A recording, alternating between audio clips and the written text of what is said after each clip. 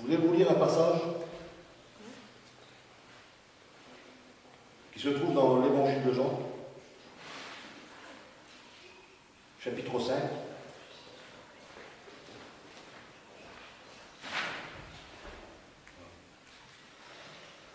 Voilà, j'ai plusieurs versets. Si vous voyez quelqu'un qui pourrait lire, ce serait bien.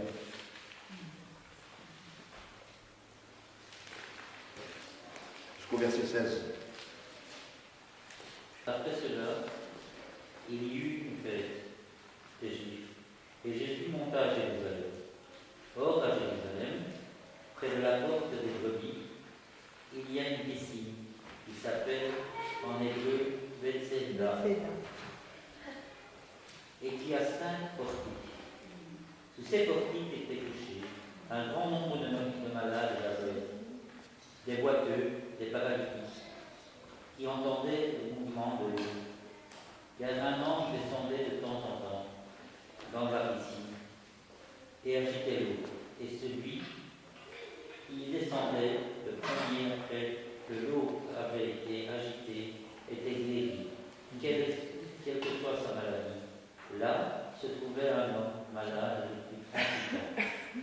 Jésus, l'ayant vu couché et sachant qu'il était malade depuis longtemps, lui dit: veux-tu être guéri? Le malade lui répondit: Seigneur, je n'ai personne pour me jeter dans la piscine quand l'eau est agitée. Et pendant que je vais, un grand descend avant moi. Lève-toi, lui dit Jésus, prends ton lit et marche. Aussitôt l'homme fut guéri et il prit son lit et marcha. C'était un jour de sabbat. Les Juifs dirent donc à celui qui était guéri: c'est le sabbat, il ne te t'avait de t'emporter ton lit. Il leur répondit: celui qui m'a guéri m'a dit: prends ton lit et marche. Il demandait: qui est l'homme qui te l'a dit? Prends ton lit et marche. Mais celui qui avait été guéri ne savait pas qui c'était, car Jésus avait disparu de la foule et qui était en ce lieu. Depuis, Jésus le trouva depuis dans le camp et lui dit: voici, tu as été guéri, ne pêche plus, de peur qu'il ne t'arrive quelque chose de pire. Cet homme s'en alla et annonça aux Juifs que c'était Jésus qui l'avait guéri. C'est pourquoi les Juifs poursuivaient Jésus parce qu'il faisait de ces choses le jour du sabbat. Amen. Amen. Alléluia. Merveilleux récit. Mais j'ai regardé, il y a quelque chose de bizarre quand même. Pas pour Jésus, hein, pour nous. D'un côté, il y a la fête à Jérusalem, et de l'autre côté, il y a l'isolement. 2 compartiments différents. Là-bas, ils sont en fête pendant des jours et des jours et des jours. Et là-bas, ils sont dans l'isolement, dans la souffrance, dans l'attente. Et ils sont là, bloqués, là. Ils sont dans un coin, là. Ils ne peuvent plus aller là-bas. Ils ont le désir d'aller s'amuser. Ils ont le désir d'aller voir qu'est-ce qui se passe à la fête. Ils ont le désir d'aller voir leur famille, leurs proches, leurs amis. Mais ils ne peuvent pas, ils sont bloqués. Parfois dans la vie, on est bloqué par toutes ces choses. Des fois, on reste à la maison. Ceux qui ont les caravanes, ils restent dans leur caravane. Ceux qui sont dans le mobilhome, ils restent dans les mobilhomes, etc. Ils sont bloqués par leur souffrance, ils sont bloqués par l'isolement, ils sont là-bas. Et tandis qu'ici, c'est la lumière, c'est la vie, c'est la bénédiction. Je ne dis pas que chez nous, ce n'est pas la bénédiction, mais si on reste dans l'isolement seul, si on attend quelque chose sans attendre de recevoir, ben on ne recevra jamais rien. Mais si on vient dans un lieu où c'est qu'on a des frères et des sœurs, qu'on puisse être ensemble, unis, pas simplement réunis, parce qu'il y a toutes sortes de monde qui se réunissent pour des baptêmes, des mariages, des enterrements, etc. Mais nous, si nous sommes ici, il est vrai que nous sommes réunis, mais nous sommes unis d'un même cœur, ensemble avec le Seigneur, vous comprenez? Alors ici, c'est la bénédiction. Je me rappelle, moi, je donnais une salle à Saumur, moi, et des fois on faisait 80 km le soir, 80 km pour revenir. C'était au bord de la Loire, ça c'était très dangereux. J'ai manqué de faire plusieurs accidents. Mais le Seigneur nous gardait. Et je vous le dis franc, en toute honnêteté, je suis pareil que mes frères, que n'importe qui, mais des fois j'étais fatigué. Ah ben, je ne pouvais pas laisser mes frères et sœurs tout seuls là-bas. Il fallait que je vienne. On tenait l'église, et dans la ville, il y avait à peu près 500 familles de psychiatres. J'ai dit comment faire pour évangéliser. Quand je suis rentré chez eux, chez les catholiques, hein, j'aurais donné des Bibles, j'ai évangélisé. On a prié pour des malades ont été guéris. Et à l'église, il y avait 100 personnes, 150 personnes, 80 personnes, etc. Et ça continuait. Et dans ce lieu d'église, il se passait des choses formidables. Il y a des gens qui étaient dans l'isolement, mais je les ai fait sortir de l'isolement pour venir à la salle de réunion. Parce qu'ils avaient des frères et des sœurs qui l'entouraient et qui priaient pour eux. Ils allaient les visiter. Et lorsqu'on est dans l'isolement, c'est la déception totale. Ici, il nous parle d'un homme qui était malade depuis 38 ans. Je ne sais pas si vous vous imaginez, j'ai passé mes 38 ans, j'ai 50 ans maintenant. Mais imaginez-vous, pendant des années, être malade et attendre quelque chose sans recevoir. Et je sais, en connaissance de cause, mes frères pourraient le confirmer, il y a des gens qui viennent aussi à l'imposition des mains des dizaines de fois et ne reçoivent jamais rien. Ils s'attendent au Seigneur sans attendre de recevoir. Alors, cet homme, il avait 38 ans, il était 38 ans malade, et pendant 38 ans, il était sur le bord de la piscine. Il n'avait pas la capacité, comme l'aveugle était là, mais il était sûrement au bord de la piscine, en train d'attendre, et puis si le mouvement d'eau venait, il sautait dans l'eau. Lui, il ne pouvait pas avoir cette capacité-là. Il était beaucoup plus lent, il était couché, et je ne sais pas comment il aurait fait, mais il y avait des gens qui étaient plus rapides que lui. Donc il attendait, sans attendre de recevoir cette guérison. Voilà. Et comme on ne peut plus attendre, qu'est-ce qu'il faut faire? Ben, il continue à attendre. Il y en a qui pensent bien à Jésus. Il y en a qui savent que Jésus est capable de faire quelque chose, mais les années passent et ça n'a rien changé dans leur vie. Ils sont toujours pareils, ils sont toujours stables, ils sont toujours dans leur même position. Ils ne bougent pas, ça n'avance pas, même dans leur vie spirituelle. Que se passe-t-il? Ils attendent sans attendre de recevoir quelque chose. Est-ce que vous avez la foi? Amen. C'est important la foi. C'est une chose terrible, la foi. Sans la foi, il est impossible de voir Dieu. C'est ça, hein?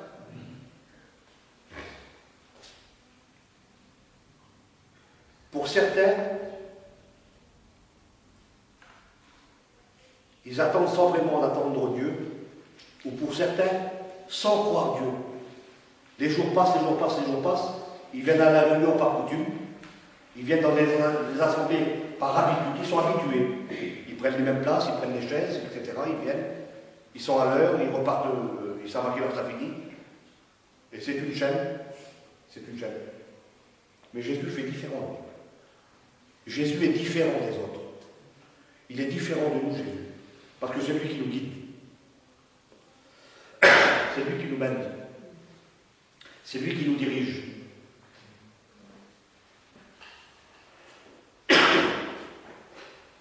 Cet homme était croyant. Je pense que c'est un fils d'Israël, fils d'Abraham.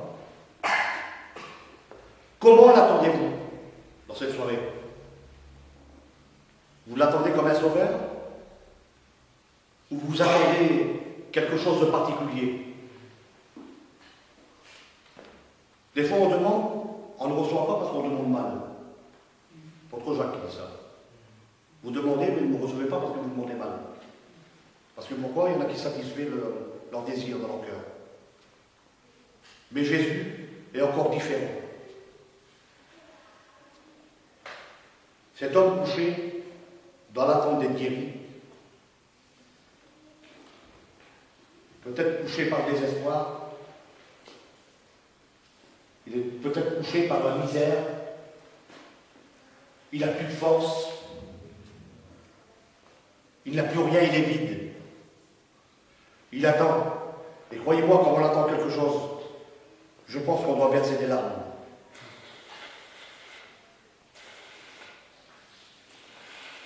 Et laissez-moi vous dire que Jésus est tout-puissant. Amen. Est-ce que vous croyez? Amen. Vous savez qu'on ne peut plus, avec lui on peut toujours. Amen. Amen. Il nous est dit ici, dans Actes chapitre 12, versets 6 à 19, Jacques venait de mourir par l'épée. Et voilà que Pierre est jeté en prison. Qu'est-ce qu'il attendait à votre avis, Pierre? Il attendait la mort, il était en prison. Il savait que Jacques, ça avait fait couper la tête. Il était dans sa prison isolé. À quoi pensait-il? Il pensait qu'il allait mourir aussi? Ça n'est pas marqué. Est-ce qu'il avait peur? C'était un homme de Dieu, comme plein d'hommes de Dieu qui sont en prison et qui ont resté dans les prisons. Mais voilà, il y avait un petit groupe de personnes qui priaient pour Pierre. C'est beau de prier pour les pasteurs. C'est beau de prier pour les serviteurs de Dieu.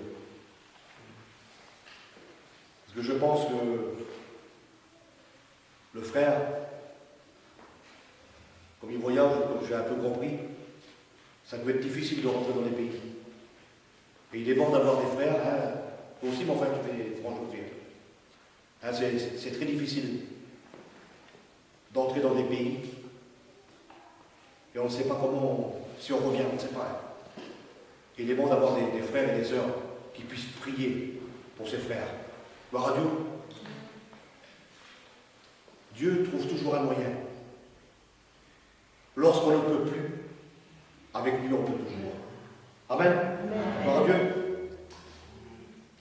Pierre s'attendait peut-être à mourir. C'était peut-être une certitude pour lui. Mais Dieu en décide autrement. C'est lui qui a le destin de tout homme dans ses mains.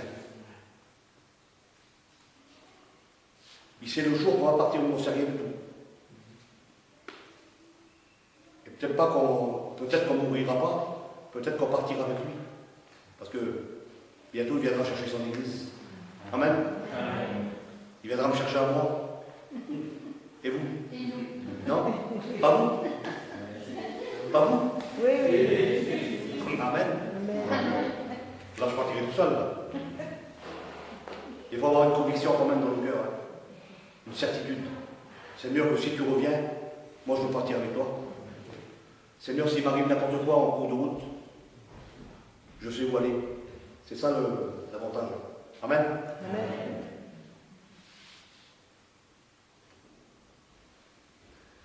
Dieu a délivré Pierre. Un ange est venu, il a ouvert les portes. Il était dans la petite maison, il était en train de prier. Les gens croyaient que c'était important. Non, c'était bien Pierre. La puissance de la prière. La prière fait mouvoir le bras de Dieu. Amen. Amen. Vous savez, comme le frère a parlé de... C'est John Wesley qui a parlé, frère. John Wesley. Sa maman s'appelait Suzanne Wesley. Elle avait 19 enfants. C'était pas un, 19. Il nous a dit qu'elle prenait 1 heure par jour pour prier avec ses 19 enfants. Il est sorti le grand évangéliste, John Wesley. Amen. Amen. Tout est possible à Dieu. On limite le Seigneur, on limite. Mais on ne peut pas le limiter, il est trop grand. Il peut faire de grandes choses encore aujourd'hui. Il peut faire de grandes choses dans nos vies. Il peut faire de grandes choses encore dans les églises. Avec le frère, il pourra ouvrir encore plein d'églises. Vous dites pas Amen? Amen. C'est appelé à grandir, hein, c'est pas appelé à rétrécir. Hein. Amen. Alléluia. Vous avez du boulot.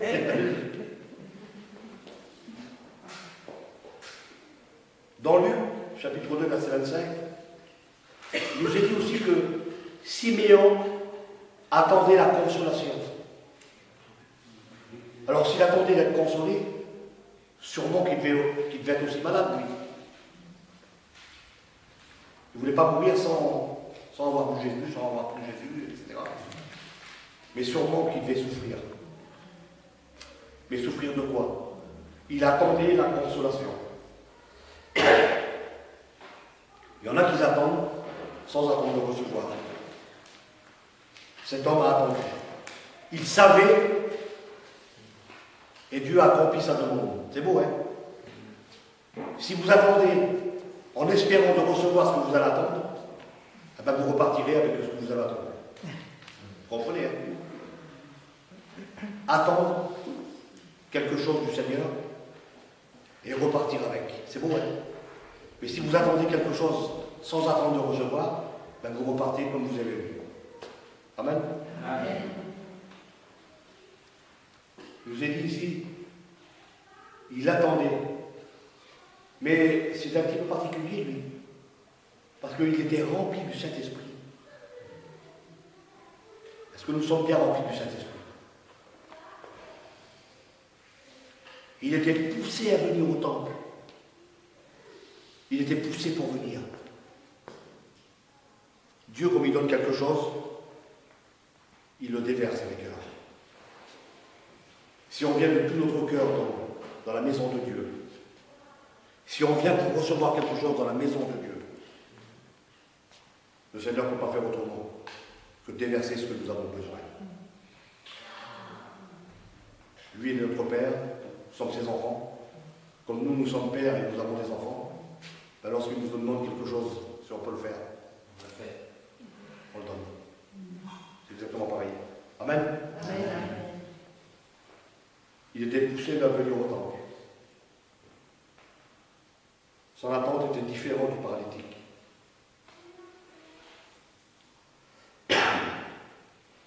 Avez-vous cette foi?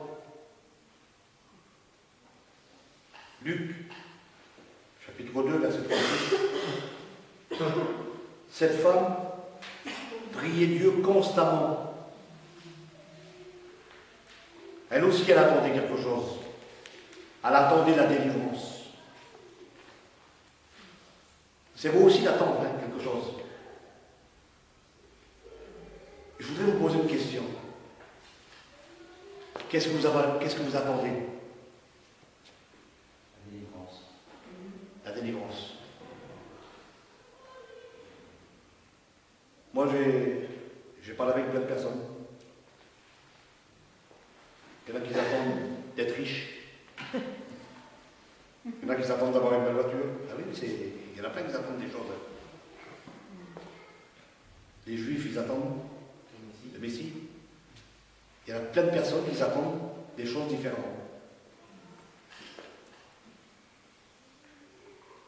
Mais avec le Seigneur,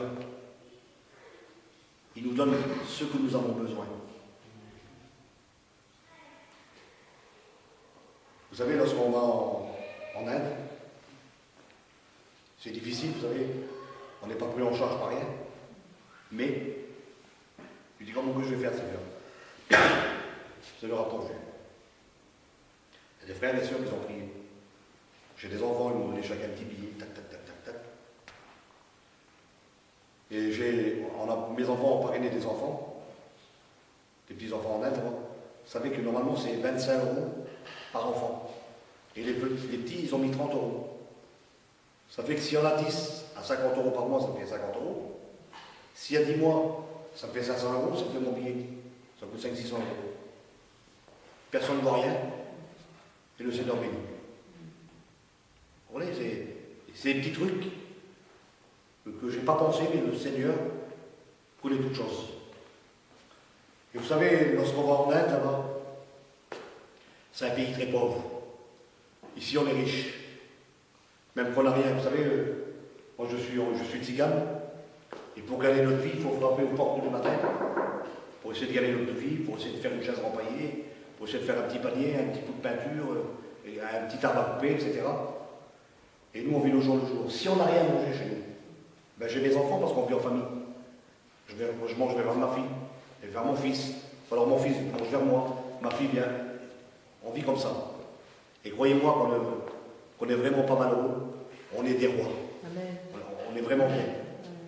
Et je vous le dis franc, je ne changerai pas ma vie pour quelque chose d'autre. C'est vrai, même. Je suis venu avec mon camion, là. Vous savez où je couche? Je couche dans mon camion avec mon camion. J'ai un boîte de lit. Je suis l'homme le plus heureux du monde. À dire des pays étrangers, mon frère. Vous allez en Haïti, vous allez en Inde, en Afrique, et puis et combien de pays il y a des malheureux qui vivent par terre et couchent par terre. Là. Moi, je n'ai pas l'eau au robinet chez moi. J'ai des brocs d'eau et je vais chercher de l'eau au puits d'abord. Ou alors dans un robinet comme j'en trouve. Je vis toujours comme ça là, sur temps. Mais je suis bien. Je ne suis pas malheureux, croyez-moi. Il y a des pays dans le monde où c'est qui souffrent. Nous ici, on est des rois, c'est vrai mon frère. On est des rois ici, on est bien. Regardez comment on est installé. On a fait 3 conventions au début de l'année. Il y avait des centaines et des centaines de personnes. Ils étaient assis comme ça, comme des Indiens, là. C'est des Indiens en Inde. Et comme ils se levaient, ils étaient serrés comme des sardines, en train de louer le Seigneur, chanter de tout leur cœur, vous voyez les larmes qui coulaient. Ils restaient toute la journée entière. Il y avait 4-5 réunions dans la journée entière. Toute la journée entière. Et vous savez où c'est qu'ils couchaient? Ils couchaient par terre, avec tous les enfants. Allez faire ça en France, ou en Belgique. Mais il faut prier pour ces pays-là. Amen. Et prier pour les hommes qui vont là-bas, parce que c'est un travail, vous savez. C'est un travail d'apporter un concours, quelque chose. Et un frère, même un jour, il faut venir chez nous. Bienvenue, même un frère. Gloire à Dieu.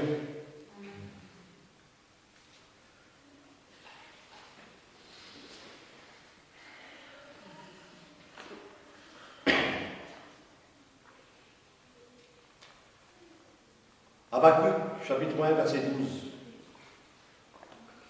Posez des questions. Il est à son poste. Il veillait pour voir ce que l'Éternel lui dira. Il attendait une réponse. Il l'attendait. Et lorsqu'on l'attend, croyez-moi qu'on reçoit. Si vous attendez quelque chose dans la volonté du Seigneur, ben vous ne repartirez pas d'un lieu sans avoir reçu. La parole de Dieu, elle est vérité et amen. Lorsqu'on veut recevoir quelque chose, il faut être gourmand avec le Seigneur. Seigneur, je veux. Je crois que c'est Corneille, dans l'acte 10. Il avait prié, il priait constamment le Seigneur, il priait, il priait. Et un jour, un ange est venu. Corneille, Corneille, tes prières ont été exaucées. Quelle beauté. Et nous, qu'est-ce qu'on est à côté de Corneille? Devant Dieu, on est pareil. Lorsqu'on demande, le jour où on ne s'attend pas, on ne s'attend pas, on reçoit. Amen. Amen. Est-ce que vous voulez recevoir? Amen. Amen. Amen. Gloire à Dieu.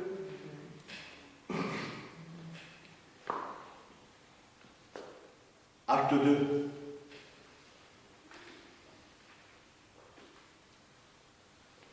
Ils attendaient. Ils étaient 120 dans la chambre haute. Ils attendaient. Et tout à coup, venant du ciel, un vent impétueux, il remplit toute la maison. Et tout le monde parlait en diverses langues.